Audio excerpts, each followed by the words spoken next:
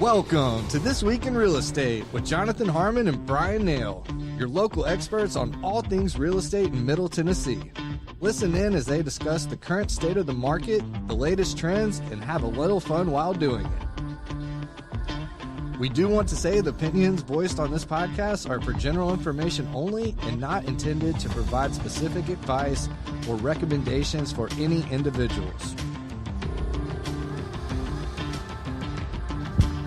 All right, y'all, welcome back to another week of This Week in Real Estate, where we break down the market so you don't have to.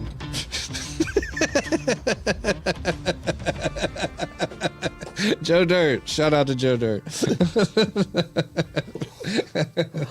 He even did the high pitch thing. I'm like dying. Yeah, that was good. That's great. That's good, Trent. That was ChatGPT. Yeah. That's great. Proud of You you, don't man. have to. She said that was ChatGPT. Hey, we're here to break it down so you don't have to. You already said that. I know. But you said I- it better the first time. So you don't have to. I'll tell you who's breaking it down over here is Jonathan Harmon in this snazzy outfit he's wearing. Look at our guy. Jason Isbell says, don't call what you're wearing an outfit, but I can call what another man's wearing an outfit, right? Yeah.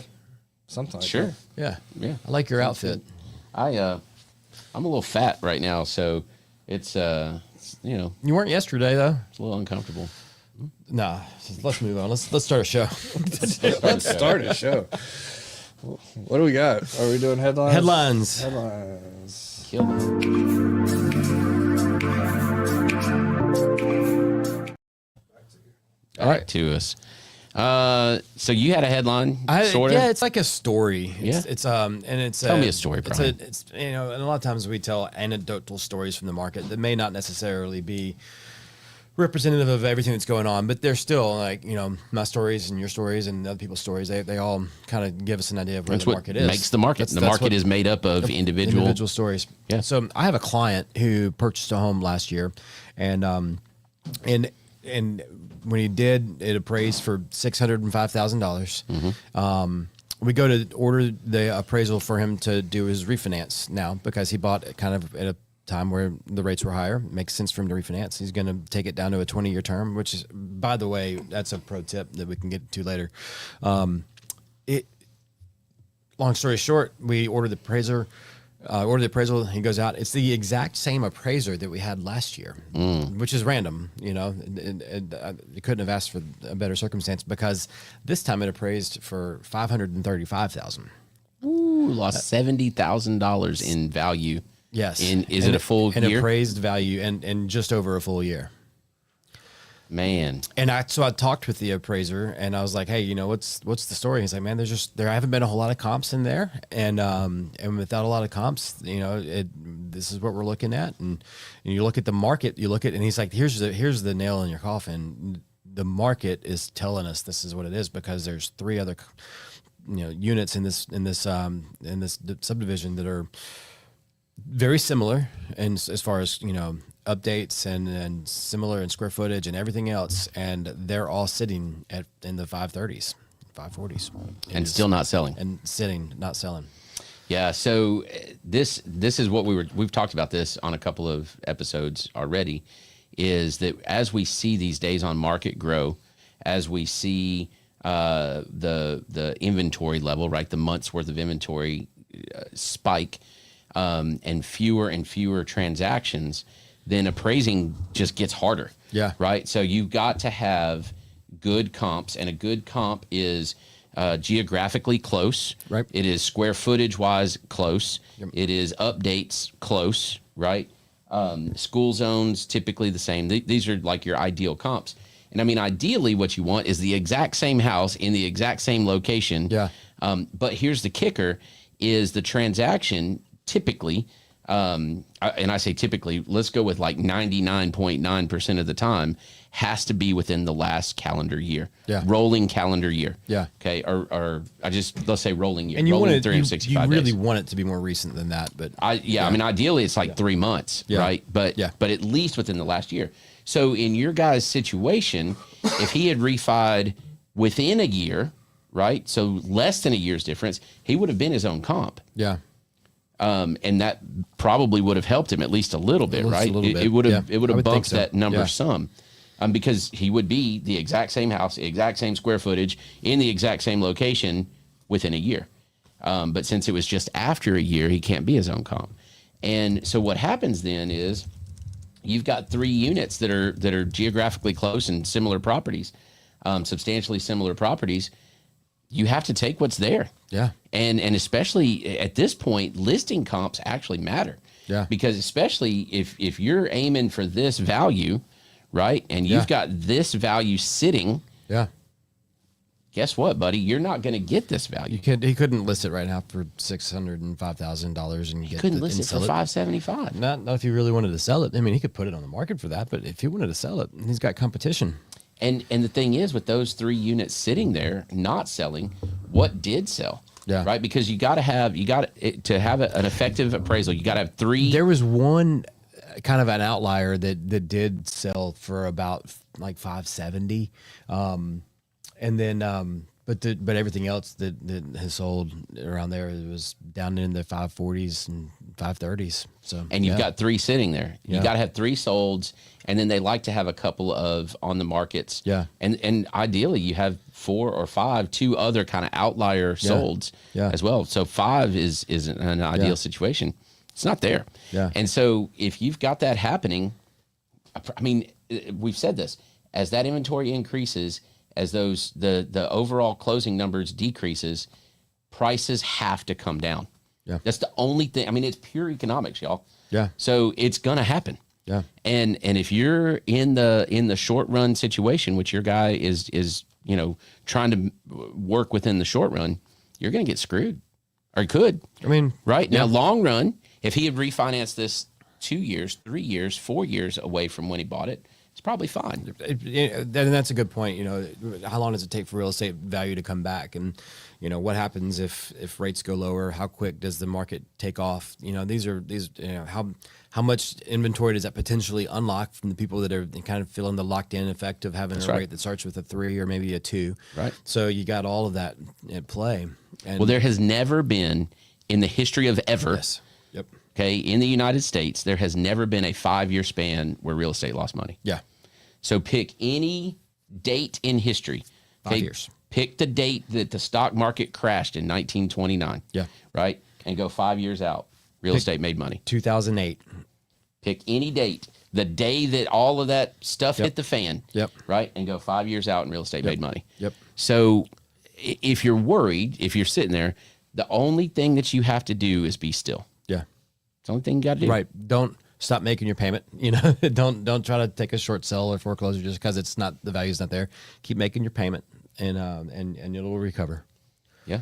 Just be still. Yeah. Now, if you can't be still, that's a whole other conversation. That's a whole other conversation. And when I say you can't be still, there's a plethora of reasons why that might happen. Job loss, job movement, divorce, death, right, marriage, whatever, right? Right. But if money is the problem, if your payment, if you're, for whatever reason, geography is the problem and you have to sell, and you have to sell, then we'll talk. If you don't have to sell, sit still. Yep.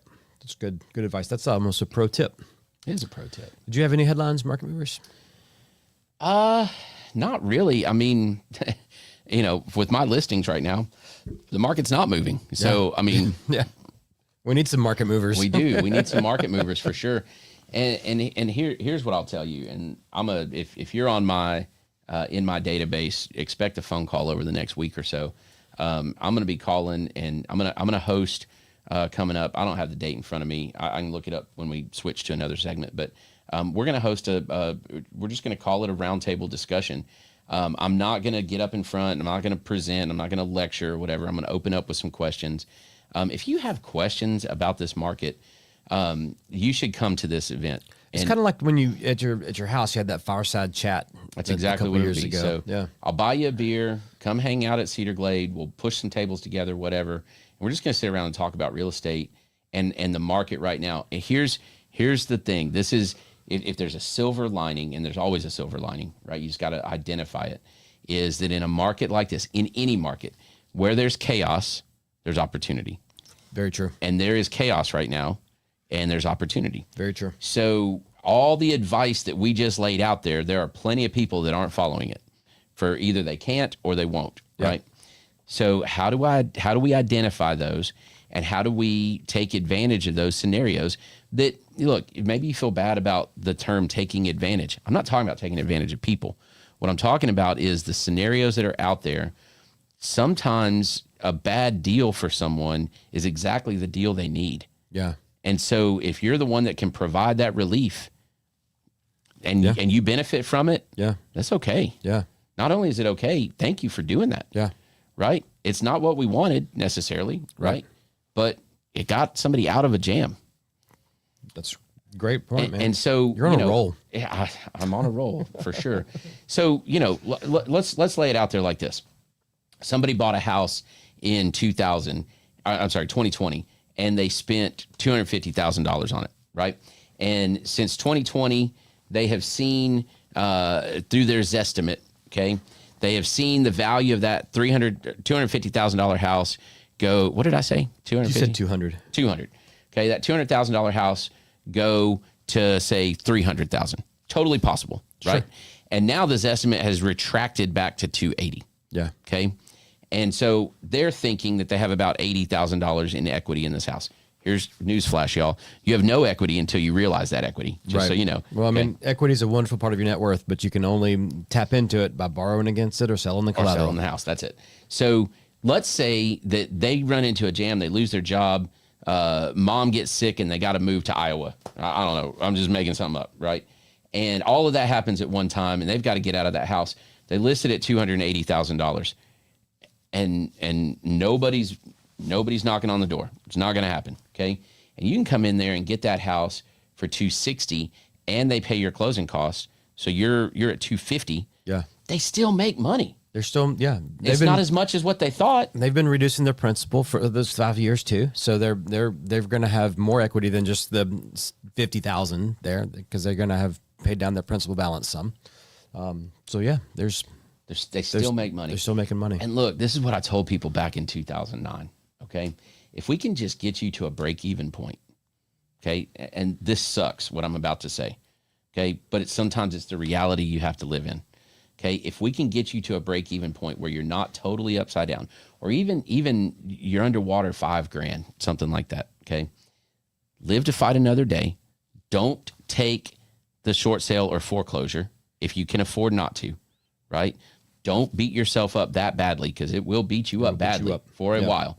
Okay, take the lump and look back on it and say, okay, for the last 3 years, 4 years, 5 years, whatever that I've lived in this house, I've essentially rented. Yeah. And then get out, recover, get back on your feet, get that nest egg built back up, right? And then try again. Yeah. Live to fight another day. Live to fight another day. That's a good pro tip too. Any other market movers, headlines? I don't think so. I'll get that date when we move to the next thing. Yeah. I really want some folks to come. If you're thinking, man, he's right, there's got to be opportunities out there, right? Come sit down and listen and ask questions, and I will do my best to answer them. And if I don't have the answer right away, I'll definitely get you the answer. But it's gonna be a good time for people that are serious about trying to capitalize on these opportunities. And maybe it's for you for your own house, dude. Listen, if you don't own a house yet, if it's time for you to buy your first house, holy cow, y'all. Yeah. This is the time. Yeah. I mean, my goodness, this is the time. Yeah. You have not had an opportunity better than right now since probably 2011. Our price is high, yes. Yeah. Our rates high, yes. Are there opportunities? Yes. Absolutely. Absolutely. Got a This Is Real?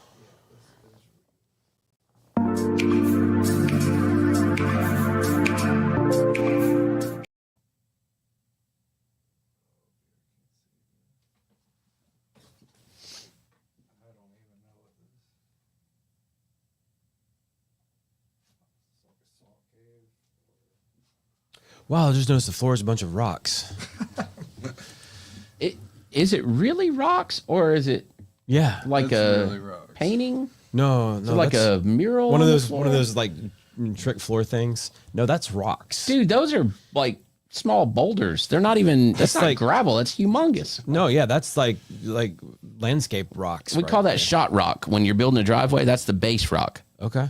Yeah, they're like this big, like the size of They're big. somewhere between a softball and a basketball. Yeah. This is definitely I don't know.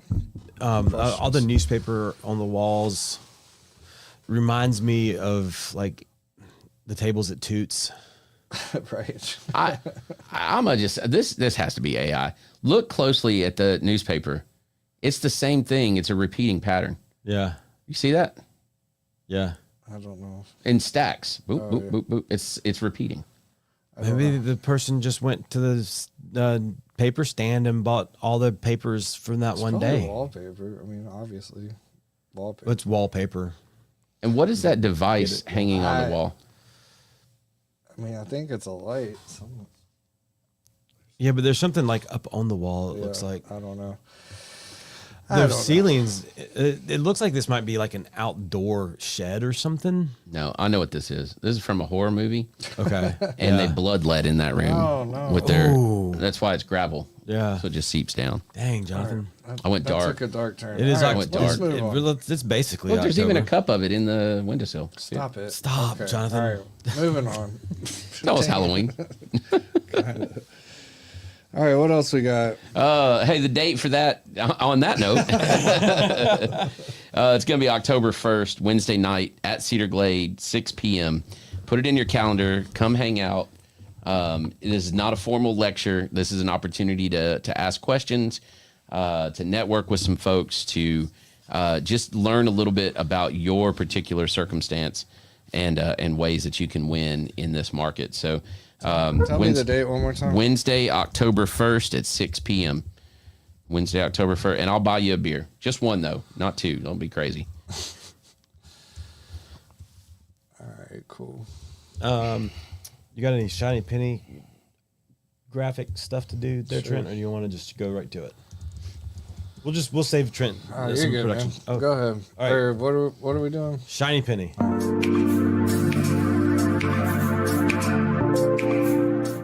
Yeah.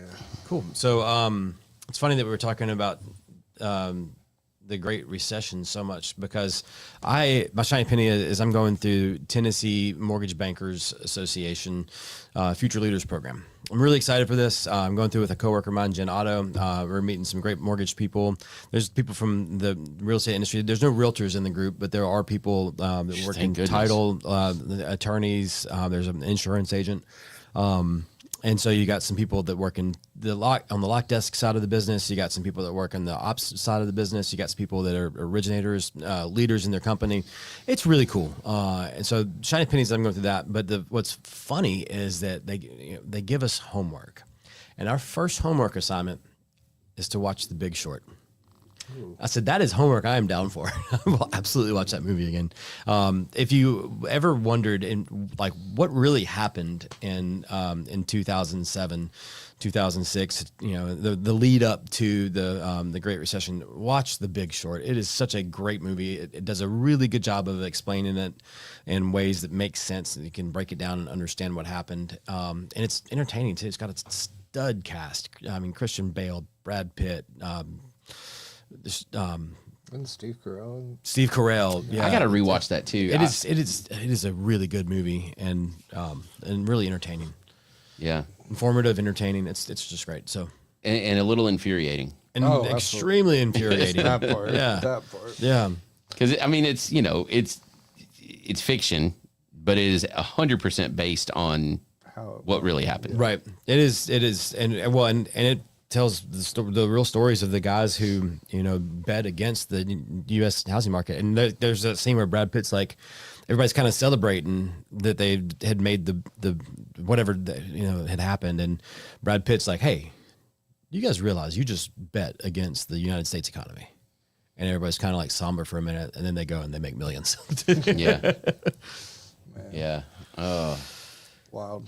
Yeah. That's a good one. We should watch that. We should no, we can't do that. We'll get in trouble for that one. I was gonna say we should live stream a Mystery Science Theater version of that with us with scuffles, the back of our heads watching Yeah. You could get Count Drahoon and Scufflemoose in there and watch The Big Short with us. That'd be good. That'd be interesting. Yeah. For sure. For sure. Definitely interesting. All right, pro tip. Pro tip.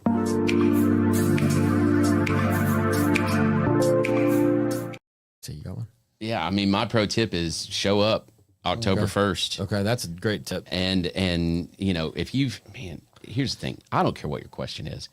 Bring it. Yeah. Right? There's not a bad question. Yeah. And I'm actually usually the guy that says no. Sometimes there are dumb questions. There's not in this one because the gloves are off a little bit.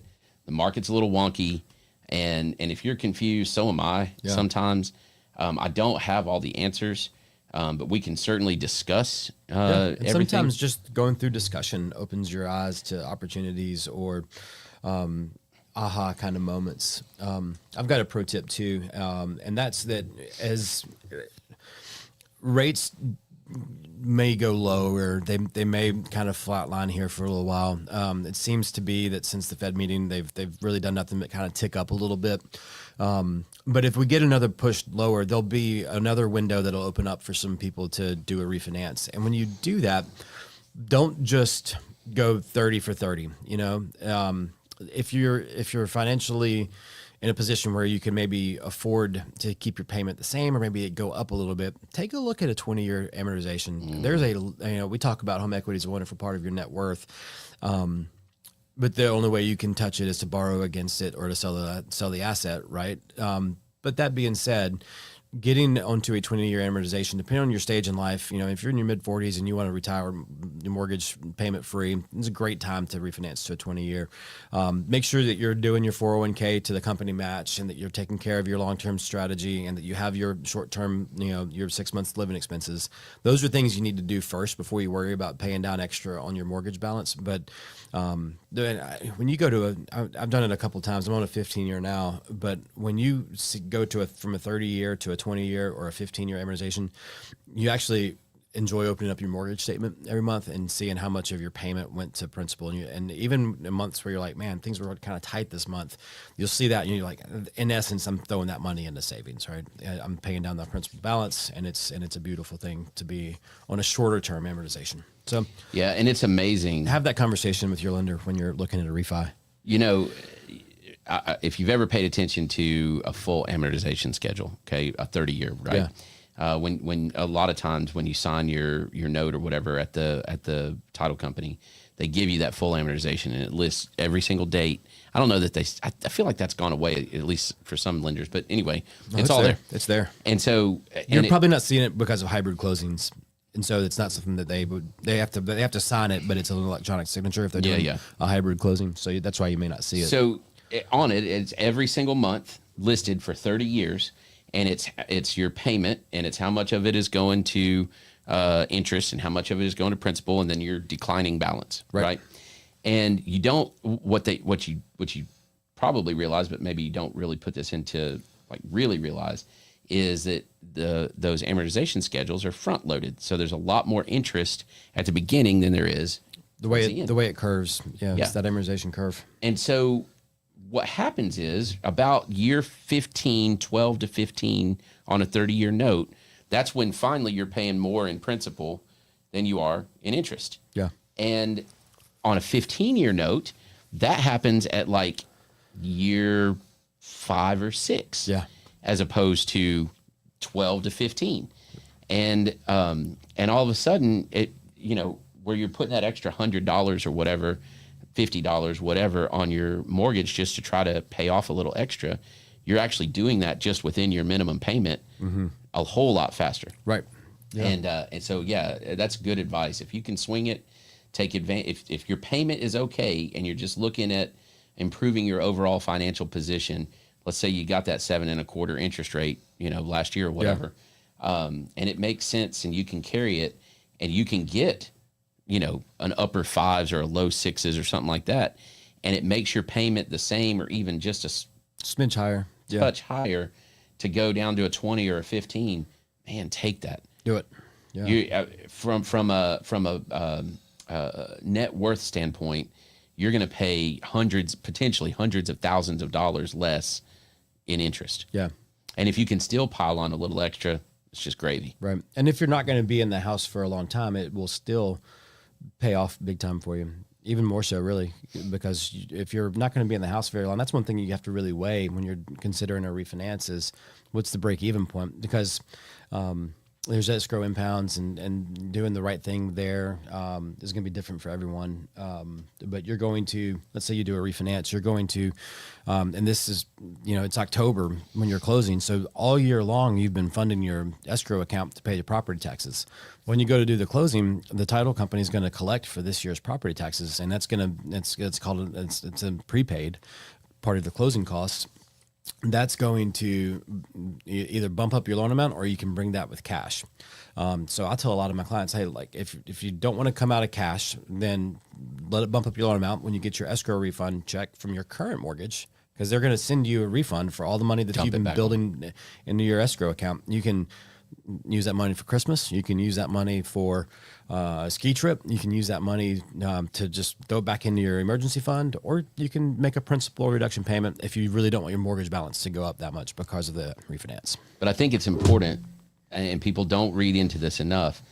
I will ask somebody if they say, should I refinance? And no, I'm not a mortgage lender, but I can run a break-even analysis, right? I will ask them how much, and so many people don't get this. How much does it cost for you to get the refi? And I will hear often, well, it doesn't cost me anything. Right. And I'll say, nope, that's not true. There's going to be closing costs involved in that, right? Yep. And I know you guys offered some things for a while where we still are. We'll eat some of these fees or these fees or whatever. And that's awesome. And stick with a mortgage lender that takes care of its people like that. But the bottom line is there's still a cost involved, right? There's still closing costs. There's still a title fee. There's still, there's, even if you just do a reissue credit on a title policy, there's still a fee involved. Like there's still fees involved. Yeah. Right. And so if those fees are, let's say $2,000, right? That's pretty low. It's pretty good, right? Let's say it's $2,000. Do you save enough on your payment to make up that $2,000? Hopefully, yes, if you're doing it to reduce your payment. And then how long does it take before you offset the cost of doing that refinance? It doesn't matter if they roll the cost onto the loan. It's still real money. It's still your cost. It's still part of your net worth or lack of net worth. Yes. Now, it's a little bit different to think through, should I do it or should I not do it, when we're talking about reducing the time frame of your principal. There's a little bit different thought process. And then there's, some tweaks on some of the questions that we would ask on that. But the idea is still the same. Is this going to put me in a better financial position over a set period of time that I'm planning for? Right. And that's what it really is. It's time value of money. Yeah. Opportunity cost. Cool. All right. So we've gotten through pro tip, shiny penny. We've gotten through market movers. I think that's a show. I think we've done it. Yeah. That was a good one, guys. Hey, we always throw out some events. We've got at Cedar Glade tomorrow night, Friday night, the 26th. Is that right? Yeah. The 26th. We got John Ford. If you like blues, you're going to want to be here. Yeah. This guy's dirty and just fantastic blues. Whale. It's going to be fun. It's going to be a fun time. We got Barks and Bourbon tonight. Barks and Bourbon. It's a fundraiser for the Beasley Animal Foundation out in Las Casas. And it's going to be a good time. Very good. That's awesome. And then Saturday, Oakland's Oktoberfest. It's the party of the year every year. It's going to be a good time. So come join us out there at the Oaklands. And then our Oktoberfest here at Cedar Glade is October 5th. October 5th. Yep. Awesome. Yep. It's going to be good. Awesome. Good stuff, y'all. We'll see you on the next one. Cheers. Cheers.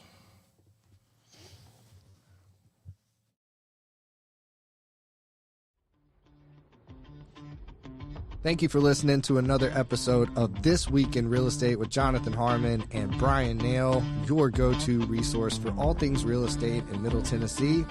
Be sure to like, share, follow, subscribe, and leave us a 5-star review. We will see y'all on the next one. Now for the nitty-gritty.